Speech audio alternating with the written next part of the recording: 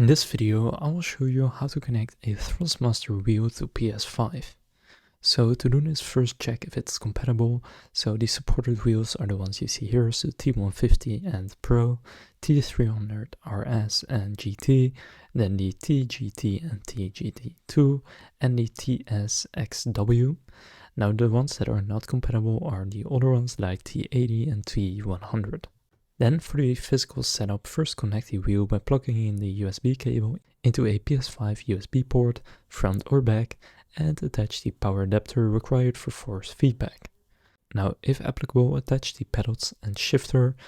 Then after doing that, turn on the PS5 and do not use a DualSense controller yet. First press the PS button on the Thrustmaster wheel and the PS5 should recognize it as a controller.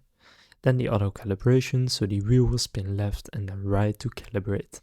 Then the game setup, so just launch the game, go to settings and controls and select wheel, not controller, and adjust the force feedback.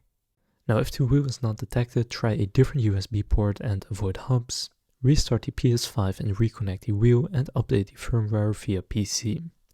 Now if there's no force feedback, ensure the power adapter is plugged in and check the game settings. And finally, if the pedals or shifters are not working, just reconnect the cable securely and manually bind controls in-game. So now you know how to connect a Thrustmaster wheel to PS5. If this video was helpful, please consider leaving a like and subscribing to my channel. With that being said, I will see you in the next video.